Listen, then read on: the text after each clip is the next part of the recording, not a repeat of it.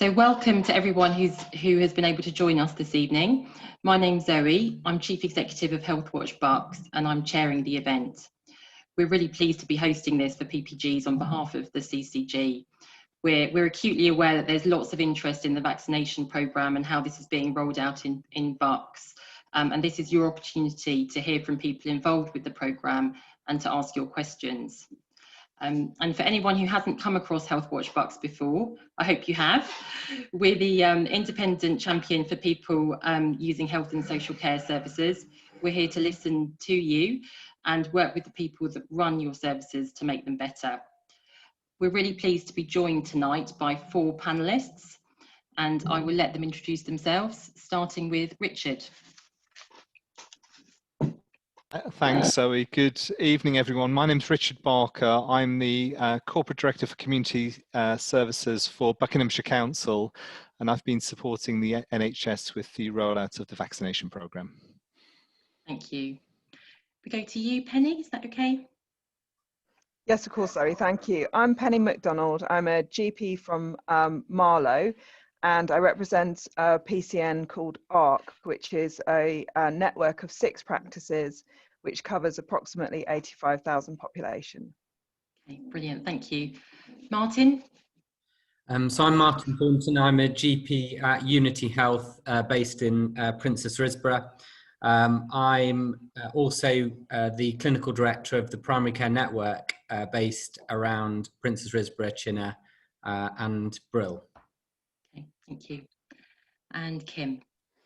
Hi, I'm Kim Parfitt. I've been leading on the local communications on behalf of both the CCG and the council as well.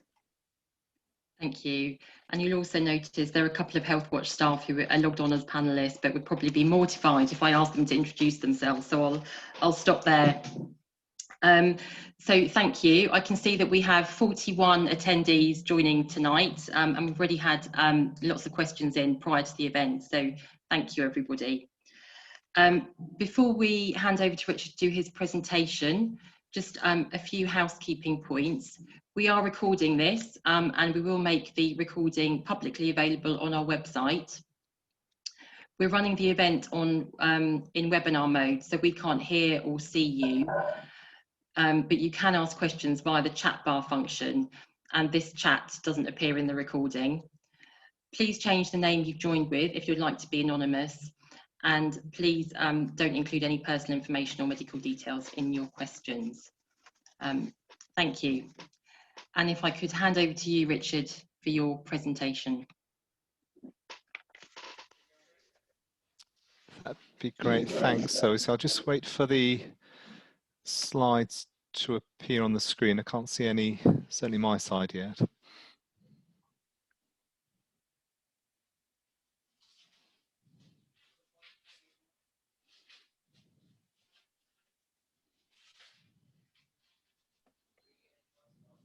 Okay, just bear with us, everyone. Sorry, technical hitch. Thanks, Zoe.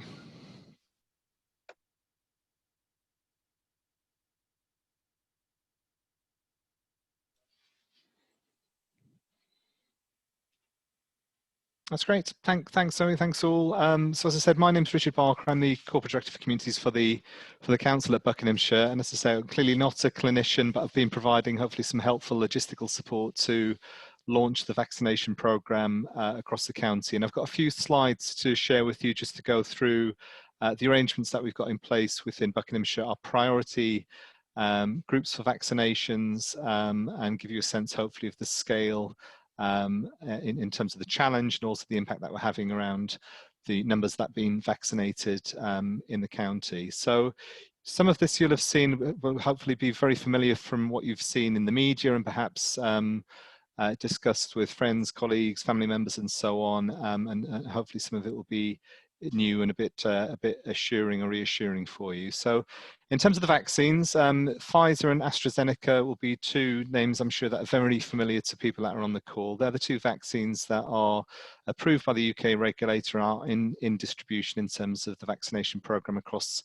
the country. AstraZeneca is more flexible. Pfizer has some constraints in terms of its storage arrangements and its portability. So the Oxford vaccine is more flexible, particularly for delivery within care homes and the housebound and perhaps smaller settings as well. The vaccines all require 2 doses, and the gap between the first and second dose has changed over the course of the last couple of weeks. So the government advice now and instruction is that the second dose vaccine will follow approximately 12 weeks or up to 12 weeks from the first. So originally that was between 21 and 28 days, but it's now 12 weeks between those two doses. The Moderna vaccine was approved, that's the American vaccine, was approved last week by the regulator in the UK. We're not expecting supplies of that particular vaccine until the latter part of the spring. So it's very much a mix between Pfizer and AstraZeneca at present. The priority groups, so the prioritization for the delivery of the vaccine is very much aiming to target those at greatest risk of harm first. So the 4 priority groups that we're working through at present in terms of vaccinations are residents in care homes for older adults and their carers, so staff and residents in care homes, adults that are over 80 years old, and frontline health and social care workers, residents over 75 years, and then finally residents over 70 years, and also those that are classified as clinically extremely vulnerable individuals as well. So they're the 4 priority cohorts that nationally we're working on in terms of vaccinations. In Buckinghamshire, that equates to around about 120,000 people. So it gives you a sense of the scale of the challenge just for those 4 priority groups. We're confident that we can deliver the first dose vaccinations to all 4 priority groups by the 15th of February, which is the target date set nationally in terms of first dose vaccinations for those 4 priority groups. We have sufficient capacity within the Buckinghamshire system to be able to do that, but it's very much contingent on supply availability and also consistent delivery. So as long as we have sufficient supply and as long as our delivery arrangements continue to be as positive as they have been over the course of the last couple of weeks, then we're confident we'll be able to achieve that target by the 15th of February. But as I say, it is subject to supply particularly. In terms of the delivery arrangements, the vaccines have been delivered across 4 different settings. So first of all, hospital hubs. The hospital is delivering vaccines for health and social care staff. We have 1 site at Stoke Mandeville. We expect another site in Amersham to launch next week. So that's exclusively for health and social care staff. Secondly, what are called local vaccination services. So these are the GP-led sites, and helpfully we have some GP leads on the call today to perhaps answer any questions and contribute. So cluster sites are GP practices working together and administering the vaccine locally across a number of sites, and I'll touch on the detail of that in a second. Thirdly, through pharmacy. So we have a number of pharmacies that have launched this week in Buckinghamshire that are delivering the vaccination. And then finally, through what are called mass vaccination sites. 17 of those have launched nationally, none of those yet in Buckinghamshire, but we have a few around the county, which I'll touch on in a second. Next slide, please. So this just provides a bit more detail in terms of the rollout. So first of all, as I said, the hospital hub, so health and social care staff, the appointment arrangements are being managed by Bucks Healthcare Trust. It launched a few weeks ago at Stoke Mandeville, 7-day operation, delivering approximately 4,000 vaccines a week. And as I mentioned earlier, the additional site at Amersham we're hoping to launch next week as well, which will further increase that capacity. At present, we've got 8 local vaccination services. So these are the GPs that are working together through the primary care network arrangements primarily. We have 8 sites operating, delivering vaccinations, say by those GPs to their patient groups, as I said, prioritising initially the over 80s, and then working through those age groups to over 70s and the clinically extremely vulnerable in due course. We've got a further site that will be launching next week at Burnham, so we'll have 9 local vaccination service sites across the county by next week, and a decent geographic coverage, which hopefully helps in terms of patient accessibility.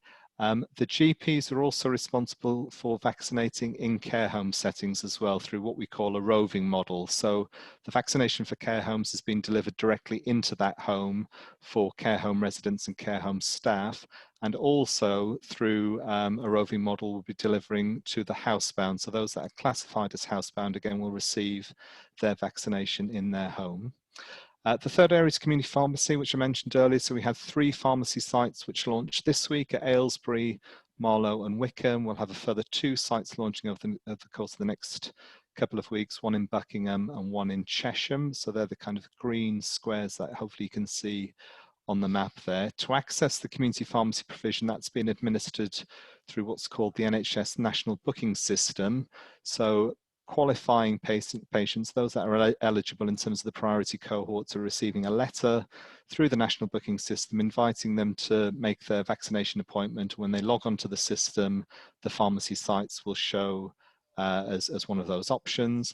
And equally, that's how the mass vaccination site administration will work as well. So I mentioned 17 sites that have launched already nationally. The nearest to us are Slough, Epsom, London Excel and Stevenage. More locally, we'll have sites launching in Oxford next week at the Cassam Stadium, the football ground, at Bucks New University in Aylesbury on Walton Street from week of the 8th of February, and hopefully the Majeski Stadium in Reading and Adams Park as a mass site. It's currently operating as a local vaccination site. We expect that will be operating as a mass site probably towards the end of February, the latter 2 being subject to NHS approval.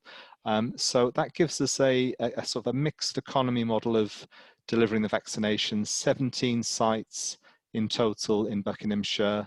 And to give you a sense of scale, we anticipate delivering in the region of about 24,000 vaccines in Buckinghamshire this week alone. So making really good progress, and the people that have been involved in setting this arrangement up, the GPs, have been fantastic in terms of their work, and the feedback that we're having in terms of the patient experience equally has been very positive. We have had some feedback around assisted transport arrangements. We've got a dedicated arrangement through Community Impact Buckinghamshire, who've set up a transport hub so GPs are able to access that provision for any patients that aren't able to get to the vaccination appointment themselves. And also the council's done some work with our commercial bus operators to extend the concessionary pass scheme for older and disabled residents, and that's now able to be used at all times rather than the restricted hours which are normally in place. Next slide, please.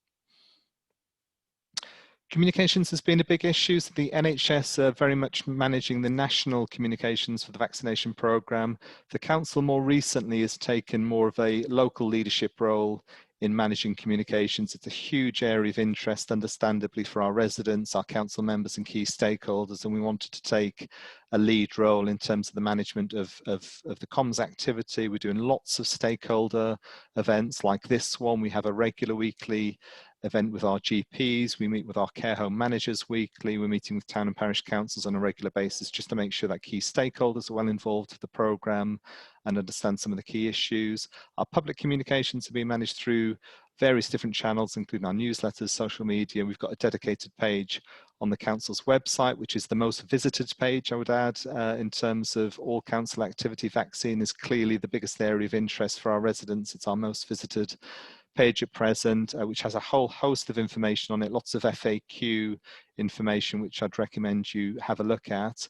And if you can't get the detailed answer that you might be looking for, there's an email address which the CCG are managing in terms of any specific queries which might arise. The key messages very much are as stated at the foot of the slide there. So the process is very much appointment driven. It's very much targeted at those priority cohorts first. So the NHS and general practice will contact you directly to make your booking. Please don't contact GP surgeries. They're incredibly busy with business as usual activity and also delivering the vaccine. So wait to be contacted is a really key message, and we're managing the priority cohort arrangements really tightly. And as I say, on that penultimate point there, the rollout of the vaccine very much in accordance with that national prioritization. And in the meantime, please remain vigilant, stay alert. All of the national messages around hands, face, space, COVID compliance, of course, remain. Zoe, that's the end of my presentation, but very happy to answer questions. Thanks. Thank you very much. That's great. We'll move on to our Q&A session. Attendees, this is your opportunity to ask the panelists questions. As I mentioned at the start, we have had a fair number of questions in already, so we'll start with those. But if anyone wants to ask a question through the chat bar, if I could ask you to choose the all panelists and attendees option, that means that everyone can see the questions coming through. That would be great, thank you. Okay, so I will start with our first question that we had sent through. So I'd like to know if the CCG is planning to also provide us written text about the vaccination programme that we can use to pass on information to our fellow patients in whichever way PPGs use to communicate with their patients. Not sure who would like to take that. It might be a question, Zoe, for Kim, and perhaps our GPs may want to contribute as well. Kim? So, and I'm going to admit that I didn't quite hear because I was trying to, because Okay. I was just That's messaging, because I think it would be nice to hear from Penny and Martin as well. I think we Okay. were hoping to hear from them as well. So sorry, I was just messaging Helen on that one, so I didn't hear the question. I apologise. Penny and Martin, do you need me to repeat the question? No, I think you were asking about the attendees were asking about communications from the CCG. So I can't speak for the CCG on their comms campaign. I think that's probably over to Kim, who'll be coordinating that for Bucks. Yeah, I'll repeat it, Kim. Please, thank you. I'm so sorry. It's really unprofessional. Not at all. It's tricky managing these things. I'd like to know if the CCG is planning to also provide us with written text about the vaccination programme that we can use to pass on information to our fellow patients in whichever way PPGs use to communicate with their patients. So as Richard mentioned in his presentation, that a lot of the communications for the NHS is being led by the NHS England, and there have been some guidance around that, and some of that has perhaps not been as helpful as it might have been in terms of being as open and transparent with some of that. What the council's been trying to do is support that and get as much information out as possible. But in terms of trying to get information, there is lots of stuff on the council's website, so we can provide some information for PPGs if they want to use that to get out to their patients within each surgery, if that helps with each practice. But there has been some quite strict restraints on what we can and can't do that's come from NHS England. They've had a very specific strategy in place for delivering communications, hence the reason the council took a pragmatic view on the best approach within Buckinghamshire last week. And we're signposting people to that page on the council website, and I found it really useful as Healthwatch, so thank you. Okay, our second question, when will surgeries have the ability to deliver the Astrazeneca vaccine from the surgery to be able to speed up the general vaccination programme? Okay, I'm really happy to answer that one. So I think there's some confusion about AstraZeneca and the delivery at surgery level. And if I can just sort of try to explain. So we know we've got the restrictions of Pfizer BioNTech, which is a really tricky vaccine to handle, but very straightforward to be given as long as one is consenting. Now, to enable us to handle that tricky vaccine, we've been working at network levels. And if I can just say in the background, I know we're all really keen on our own local practices, and we know our colleagues and our patients in those practices well. But if I can just describe to you the benefits of us working at that kind of scale. So the group of practices I'm working with at Adams Park, for the first time ever, we've had colleagues working alongside each other from each of the practices in what's been a really extraordinary mass event of sort of altruistic display from all of the members of those teams. And I can tell you that people have given up their weekends, their days off, and worked, fairly tirelessly to help deliver the program. And so what it's allowed us to do is to work from a site with, like Adams Park, with really fabulous car parking, which enables us to deliver both Pfizer, because remember, we won't be able to just rely on solely having AstraZeneca. It enables us to deliver Pfizer properly, safely, and at scale as a group to far many more people than we possibly could in our local practices. And the vicarious benefit of that is that those teams are for the first time working together, like really getting out of silos. And there are enormous benefits to our patient groups of those networks working alongside each other. So I think the second point that I would say is that at the moment, we've got a massively contagious strain of coronavirus in our communities. And what we really don't need or want is groups of patients who are poorly coming alongside groups of patients who are arriving and very vulnerable for vaccinations. So setting up systems in effectively purpose-built units to do that is far safer for everyone. It allows us to get through, around 1,000 vaccines a day, and the practices just couldn't stand up to that against business as usual as well. So bear in mind that teams will be taking the usual calls, doing the usual visits, and seeing the usual patients face to face, and then adding onto that this sort of smaller scale delivery of vaccine within the practices is just going to slow the whole thing down, I promise you. So whilst I appreciate that lots of us enjoy localism, and there will certainly be a place for that later down the line to get through the numbers we need to get to, it's really important for us to operate at scale at the moment. Okay, thank you, Penny. I'll go on. Does anyone else want to add anything, or shall I just go to the next question? Okay, go to the next one. With the hub at the stadium open, is it a false economy to then also invite patients to national hubs? I've been volunteering at the hub and I'm aware of a small percentage who were coded DNA, assuming they've gone elsewhere. These appointments could have been offered out instead of the GPs having to call patients on standby at the last minute. So I'm happy to answer that. Yeah. So I think it's interesting. I think the government strategy has been very much to try and cover as many people as possible. And I think there's a lot of good intentions gone on in terms of mobilizing the sites.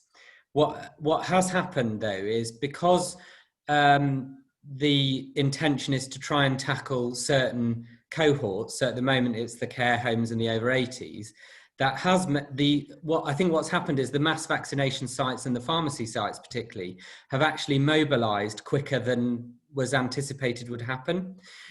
So actually that almost people have been too good at setting up their job in mobilizing these sites. What that's then meant is you've almost got a bit of extra capacity in terms of vaccination sites, which has led to some of us having to scrabble around for patients whilst we cover these cohorts. So I think all of this will iron out as the programme moves forward. But I think whoever's asked that question, who's been in a site, will see some of the maybe slightly additional capacity in terms of manpower that hasn't necessarily been matched in terms of vaccine supply, because the vaccine supply obviously is very much dependent on the manufacturer's ability to ramp that up and the testing that has to go with that. Great, thank you, Martin. So question number 4. Now a longer wait has been ordered between patients' 2 jabs. Is it still policy to make your appointment for the second dose when you have the first? So this all changed. We're constantly responding to different changes in policy, and I know that there was a lot of controversy about the change from the 3-week follow-up to the 12-week follow-up. But subsequent to that decision, we're understanding that actually there's a benefit to people for waiting for that period of time in terms of the immune response to the vaccines. It gives us some technical issues around rebooking, but if I can give you the confidence that everybody who has been given a vaccine has been recorded as such within our systems. So we are aware of the dates that people have had vaccine, and we have the capacity then to invite people back within the 12 weeks according to vaccine supply. Now, it might not be exactly 12 weeks, it will be within the 12 weeks that we'll be aiming for. And, you know, potentially dependent on, as Martin suggested, the vaccine availability, that and the science, that could be brought forward somewhat. But it just may not be that it will be the exact 12 weeks post the exact time on that exact day. But please be assured that the national systems in place, there are 2 recording systems that are recording every vaccine given, and people won't be forgotten or left out. It will all happen. It's just a matter of when. We need some flexibility on days, because we can't at the moment guarantee that the vaccine arrives exactly 12 days later, and we can't guarantee that it's a vaccine that has a longer shelf life or needs to be used immediately. So we do need some flexibility around the giving of those second doses. Brilliant, thank you, Penny. How steady / reliable are vaccine supplies? Yeah, so this is Martin, this is it's turned into the Penny McDonald show, so I do apologise. Everybody else, feel free to chip in, but this has been what we've been living and breathing in the last days and weeks. And in short, the vaccine supplies have followed a strange path to many of us who weren't set up in the first wave. So the initial waves of the sites across Buckinghamshire set up in sort of mid-December and pre-Christmas. And those sites were reasonably well supplied with vaccine. What happened was obviously all of the sites couldn't be stood up at the same time. There's a huge process that goes into making sure each site is safe and has been set up according to correct quality and governance procedures. And so as the latter sites came on, what our region needed to do was to make sure that we didn't have a site that was forging ahead with their residents through the priority groups, and you know, next door was a site where none of the over 80s had been vaccinated. So that caused a bit of a halt, and there was some stuttering around vaccine supply, and I'm sure Martin has felt the pain of that as much as I have, as well as some of the larger networks.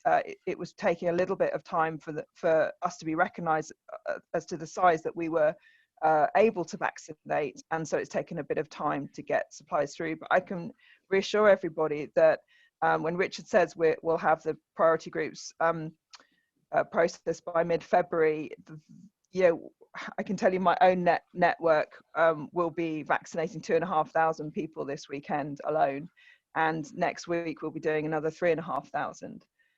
So you can see the scale that this is coming along at. So please be reassured that's not just talk. Thank you. Is the new initiative asking efficient practices to help out slower ones going to impact on speed of delivery to their own patients? So I can answer. So I don't. There is obviously, we have to go through the cohorts, and that we're being given a very strong message that those cohorts have to be covered. So in my network, we have covered virtually pretty much all of our over 80s and our care homes, and we have reached out and supported other areas where they haven't quite managed to do that. But in addition to that, we have also made capacity for now our over 75s, and we started inviting them in. So we haven't just adopted an approach of just covering other areas over 80s. We have started to cover some of our own patients in lower cohorts as well, because we're very conscious that, number one, we don't want to waste vaccine. Number two, we have an obligation for our own patients, but equally we have an obligation that those in the highest risk, particularly those in care homes, where each vaccine we give, you know, one vaccine saves one in 20 saves a life, and over 80s it's something like 1 in 200 saves a life. So it's, you know, that work does really need to be done, but we're trying to sort of adopt a model which basically still also is tailored to our own patients. Thank you. We've got a couple of questions here that I think have already been covered by the presentation, but I'll just check with you. So where can Bucks residents find the most up-to-date information about the process? We've already highlighted that's the Bucks Council website. Is that okay? Richard? Yes. So, sorry, Zoe. Yeah. The website's been updated on a daily basis. Kim's doing a great job with that with the comms team. So as the model develops, as the FAQ start to evolve, as we respond to changing sort of government guidance or instruction, that'll be a live situation. So yeah, it's the best port of call for the latest information. Thank you. And another one, which I think your presentation touched on, with pharmacy hubs being set up along with practice hubs, what are they doing to ensure they talk to one another? Yeah, I think Martin's probably covered that as well with his commentary earlier. So the reality is that the cluster GPNs and the GP practices, and Penny's name-checked a couple. We've got some really big sites actually that are delivering very large numbers with GPs working really well together. They're inviting their patients through the normal mechanisms in terms of working through their patient lists, and access to the pharmacy and the mass site provision is being managed through a national NHS booking arrangement whereby those that are eligible are receiving letters if they haven't already been vaccinated through the other arrangements. So there is a risk of duplication. There is absolutely a risk that a resident in Buckinghamshire who's perhaps over 80 receives a letter from their GP or a contact from their GP and a letter through the national booking system. So they've got a choice and a decision as to what's best for them, and we're trying to manage that through. I think, as Martin says, the provision's been stirred up very rapidly. It probably wasn't envisaged originally that we'd have this mixed economy model in the same way in which we currently do, but we're managing that quite carefully. And as I say, the local communications, which Kim and the team are doing a great job with, is really hopefully helping to clarify some of that. Thank you. Okay, so next question. What are you doing about those people who make appointments that don't turn up for their vaccination? They're as rare as hen's teeth. They're unicorns. They all come. And where they do DNA, we have I'm sure Penny's system is the same as mine, where we have a policy whereby we don't waste vaccine, we just call additional people in. Yeah, so we had 3 DNAs out of our over 80 cohort out of 1,136. Yeah, on a snowy day, that's pretty low. Okay, thank you. Next question. There are many over 80 residents and others who cannot get to Chalfonts Hospital. Will the surgery make arrangements for them to be vaccinated on site?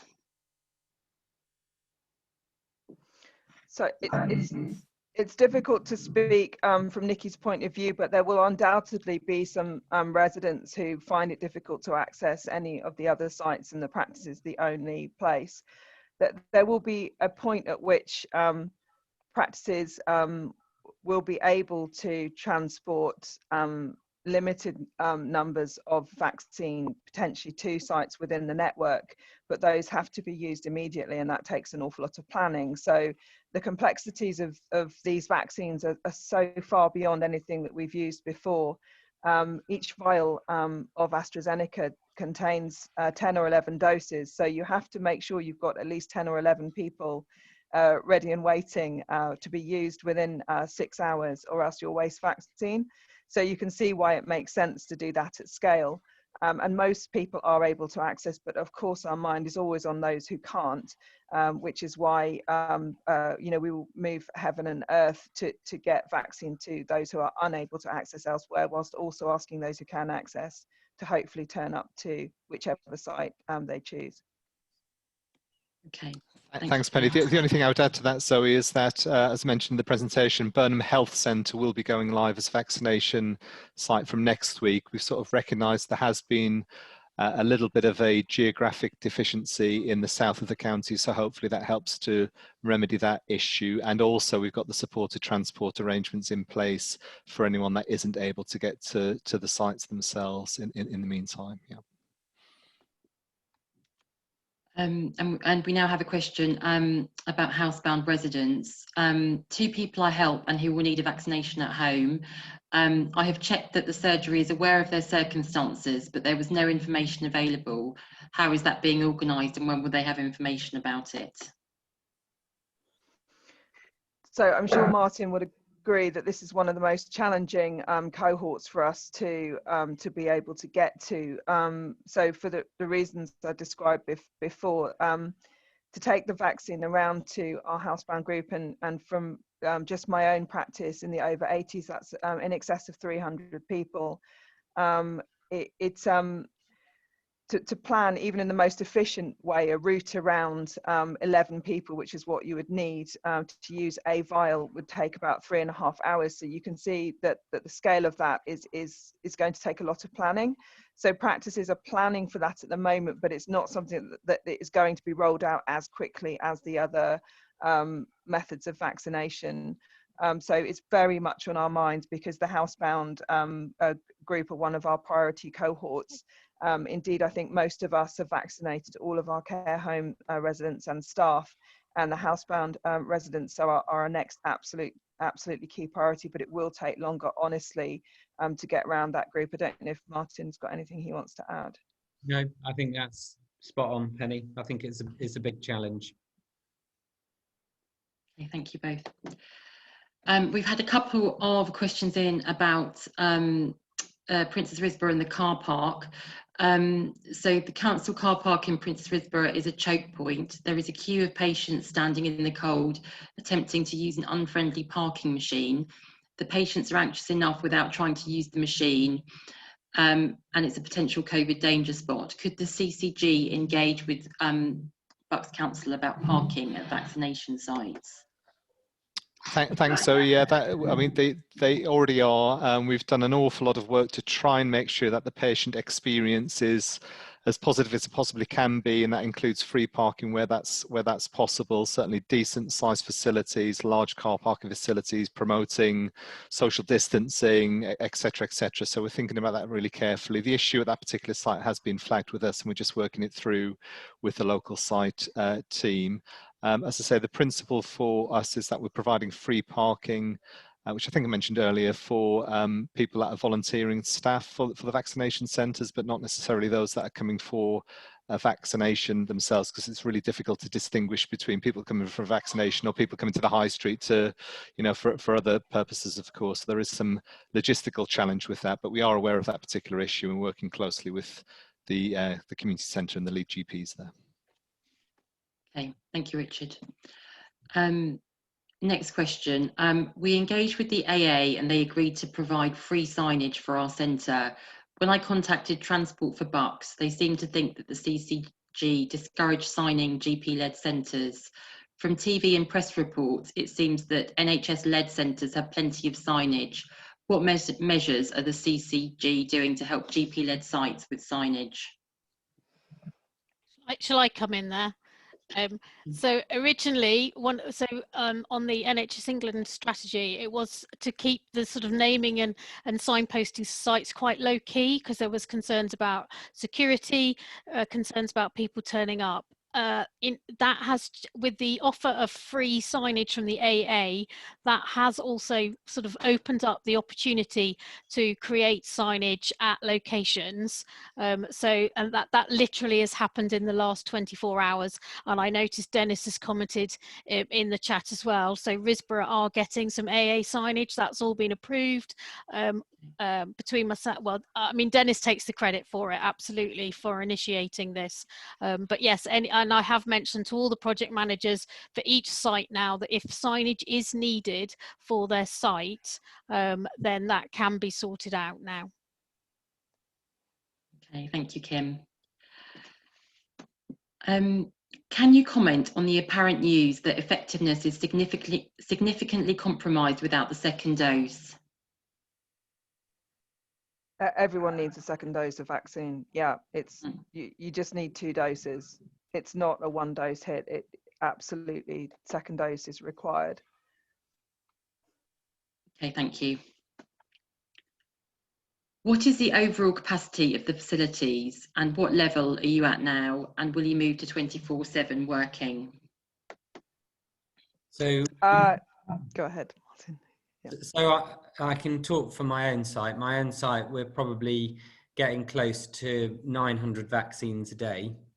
I think a lot of the capacity depends on our ability to conduct the business as usual general practice on top of this. I think as general practice sites evolve, we will be able to get additional workforce who are able to deliver just vaccines alone. But I think that will take us a little bit of time. I think we probably would struggle at GP vaccination sites to deliver 24-hour vaccine delivery. But I think, as we articulated at the beginning, really, I think there is sufficient capacity in the vaccine provision stood up. Looking at the combination of mass vaccination sites and pharmacy sites and GP sites to cover everyone relatively quickly. As I say, our biggest problem at the moment has been vaccine supply. Penny, I don't know what your feeling is.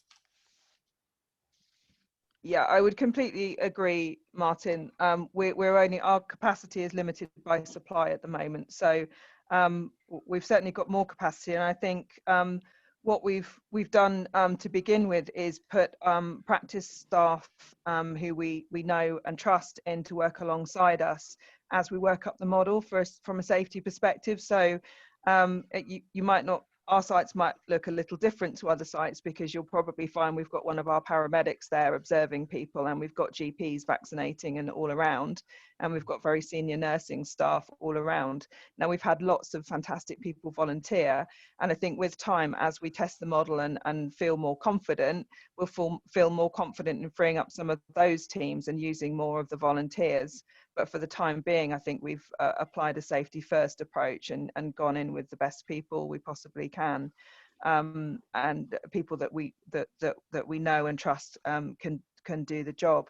And I think, given time and with vaccine supplies, we can certainly ramp up our operations. But as Martin suggests, we are limited by vaccine supply currently.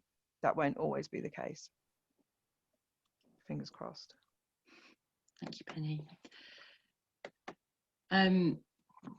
So our next question touches upon the answers you've just given and some of the other answers, but I just will ask it anyway, just in case there's anything you want to add. What is a limiting factor on vaccination throughput? Vaccine supply, staff numbers, volunteer numbers, patient attendance, other? Is vaccine supply adequate, consistent and reliable? No, not yet. It's not, but it will be.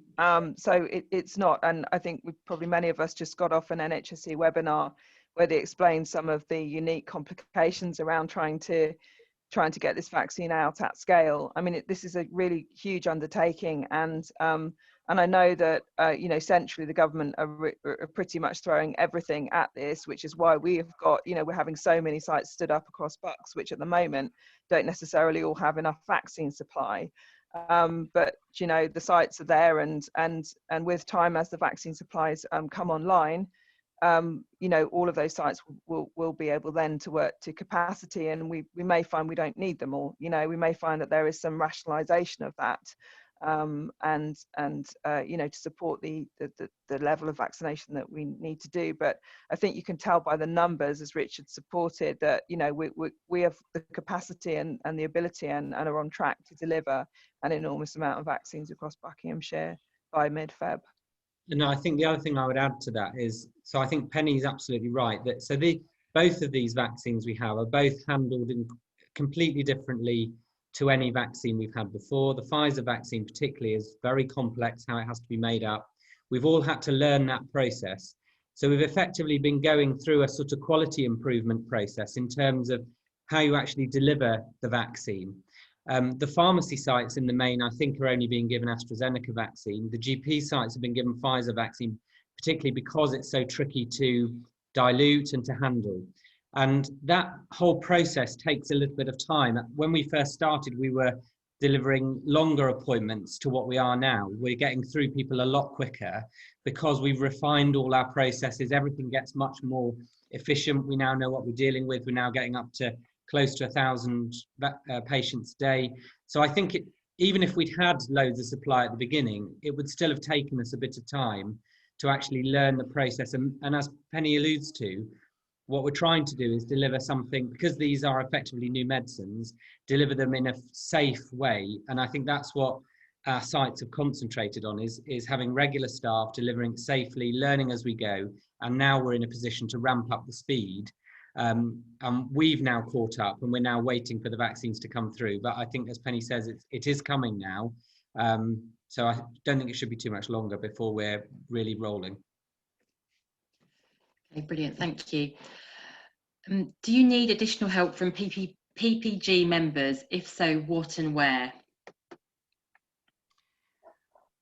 I think that what we need, I mean, the PPGs have always been our critical friend, and our friends first and foremost, I think, but also the people that sort of remind us that actually we're living in a slightly strange bubble, and that we're not necessarily hearing the opinions and the concerns of our residents. So I think the really important thing is to act as that sort of go-between, and to help get the messages out there around the vaccination services and how to access them. And I think from that point of view, that's, you know, first and foremost, the communications cascade is really important. I know lots of PPGs. I know within ARC we've got a really excellent and mature PPG run by Paul Henry, which is in itself its own community interest company. And the sort of the next level of support is that very practical support, where you know, these groups will be supporting residents in terms of transport. They'll also be supporting the sites in terms of marshalling. So I think, you know, in the first instance, it's really about the communications, because we hate the fact that we can't get the message out enough in the right way, whilst we're also trying to set up these massive campaigns as well as running business as usual. So please do, if we're not giving the right messages in the right time, please do prod us to do so and take that back. And then secondly, it's that sort of backup of that very practical support for our residents to get the job done. Likewise, I'd just like to take the opportunity to thank our PPG. You know, Dennis Williams has done an absolutely brilliant job, as you already heard. He's hassling Kim and the council. He's sorting out car parking, sorting out marshals. You know, I think all of that sort of stuff is absolutely invaluable. That enables us to spend the time concentrating on the vaccinating and the court recall, that actually managing, you know, patients when they pitch up on site, it's just so helpful. So yeah, I'd like to say thank you to my PPG, who I think they're listening on here. So Thank you. Are you delaying second jabs in favour of more first jabs to maximise the number of patients being inoculated? We are at all times following government guidance. So yes, correct, we are. That is the policy. The policy is to get the maximum number. We'll save more lives across the country if we get the maximum number of the first priority, the first 4 priority groups vaccinated with first vaccines will be the maximum benefit according to the science of lives saved. So that's exactly what we're doing. the only other thing I would add to that is that there was some, we had patients booked in for second slots and we had to cancel them. And there were some messages out there that was in our discretion, and it wasn't. The second vaccines were actually taken away from us. We weren't even supplied with, we weren't even offered the supply of vaccine that we would need to deliver second doses. So we're very much following national policy, national guidance, and that's the only choice we're really being given. Okay, thank you. So we now reached the point where we've got the questions that have come through the chat bar. So right now, the vaccine delivery is stalling and vaccine centres will be closed next week, promising that 4 priority groups will be vaccinated by mid-February already appears to be a tall order. Patients get very frustrated in promises that fail to materialise. Thanks. So, I mean, I'd just say on that, you know, as Penny and Martin mentioned a few times, absolutely supply is the critical issue. And the push model of supply distribution means that nationally what should be happening is that those that are further behind in terms of delivering against their priority cohorts receive more supply than those that are perhaps further ahead. That's the theory. There are some bumps in the road, I would say, with that theory in terms of the practice, which we appreciate. For Buckinghamshire to deliver our 120,000 cohort, which is the number I quoted in the presentation, we'll need to be delivering in the region of 20 to 25,000 vaccinations every week for the next 4 weeks. Now we have the capacity and we have the great work of the general practice partnerships that are in place to deliver against that, and the culmination of that with the pharmacy sites and the hospital hub means that we've got sufficient delivery to meet that objective. So provided the supply is there, we're confident we'll get there for the 15th of February. Okay, thank you, Richard. Our local GP surgery are struggling and have a few staff off sick. This is causing a halt in patients being contacted and scheduled for appointments. Will the local CCG take on responsibility?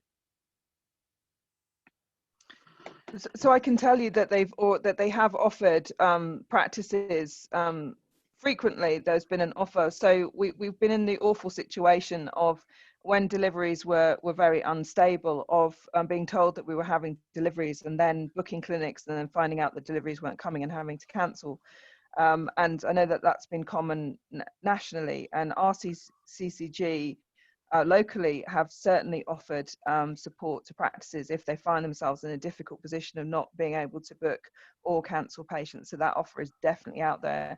And if your practice isn't aware, I'd suggest that they contact Simon Keary or put a message into the Bob email address for LVS sites, and they will be able to get that support. And the council have also been very supportive. When we had to cancel our patients, the council supported us in being able to do that. Thank you. Someone was asking about the Astrazeneca timeline. They didn't get the answer previously. I wonder if you could just reiterate that. Penny, I think it was. So we have AstraZeneca. Yeah, we have AstraZeneca. We're vaccinating with AstraZeneca this weekend. So AstraZeneca is in play. But the point I was trying to make is that if we then disaggregate AstraZeneca out to local practices, which we're nationally not allowed to do, it has to be used as quickly as it's received. And that means for us this weekend, it means our teams will be working all day on Friday, all day on Saturday, and all day on Sunday, because we have a delivery tomorrow, which means we'll get that out. That's the maximum speed that we can get it out. And there's absolutely no way, if that's disaggregated to practices, that we can get anywhere close to that speed. So that's how we're working. We're working on the basis that as soon as vaccine hits, it's delivered, which means that next week a box to Pfizer will be delivered and it will be processed in a single day, which is a, you know, this is a massive effort. That's over, you know, that's in excess of 1,100 vaccines in one day. So the timeline of AstraZeneca is that we are receiving it, but it's not something that's going to be, you know, divided up into practices to be given over weeks and months. This is something that we have to do really rapidly. Okay, thank you. So the next question, I assume you recognise that whatever reassurance you offer, there will be plenty of patients who remain worried and unconvinced. Can someone provide more granular information about what is and isn't happening on a daily basis in each PCN? This may also reduce pressure of queries on surgeries. Don't know who wants to take that. So I can be really honest. Sorry, I mean, everyone else, please feel free to. You could just shut me down if you want. You can mute me remotely, but you can mute. Please do. Honestly, it's a really difficult one to give you that information, because up until the day before, we don't know when a delivery is actually, whether it's actually going to happen or not at the moment, and I think it's tricky. I'm not sure if Kim wants to take that question away, because I think it's a very reasonable ask to have up-to-date information, a dashboard of who's been vaccinated at network level. And I wonder if the CCG are able to or the council to facilitate that. But quite honestly, it's hard for it's hard for everybody to know. It's very much a moving feast, and we're sort of pushing day to day to get that kind of information. I'm not sure about the other networks. I can only speak for my own network, but maybe the CCG could take that away, because of course the residents have got, you know, a great interest in seeing how well we're all progressing. I think the other challenge is that we often only hear about vaccine delivery with a week's notice, which, as you can imagine, in terms of standing up a vaccine, you know, the number of staff. So from my staff, you know, it's somewhere between, you know, 10 and 20 staff per clinic. You're given a week's notice. So I think that, and a lot of the information I think is being held centrally. So I think it is really challenging even for us to know when and plan when the next delivery is coming, and, you know, which site it's going to, which pharmacy site, etc. So the only thing I would add, Zoe, is so we've got two dimensions there, haven't we? We've got the outlook for capacity in terms of capacity for supply. So what's the look ahead? And at present, we haven't got anything further than a week at best in terms of what the supply is likely to look like for Buckinghamshire. And I'm sure, as Penny's indicated, that will get better over time, but that's the reality now. And the other is about impact in terms of vaccines delivered. And at present, the NHS nationally are holding that figure very, very carefully. We're not getting the data at a place level, so for Buckinghamshire as a whole, in a way in which we can communicate to residents. We'd like to do that because I think it's a very reassuring figure to be able to have, to say, actually, we're making really good progress, working very well together, and the impact is X in terms of a figure this week, next week, the week after.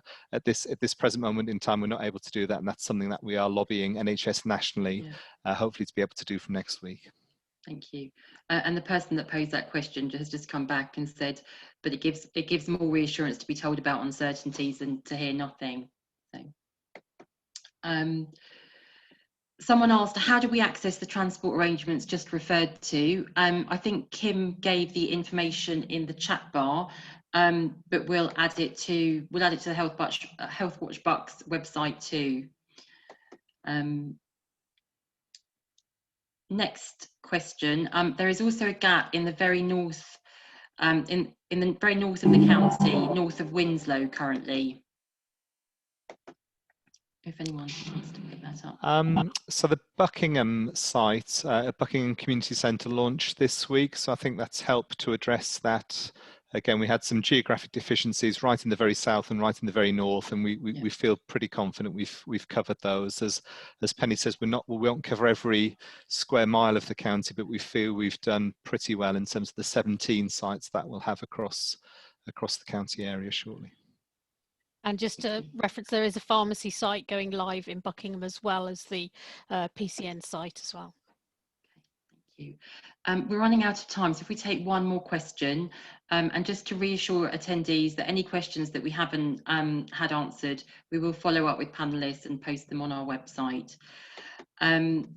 So the last question then is, if people can only travel by ambulance, how is that to be arranged? I don't know who wants to pick that up.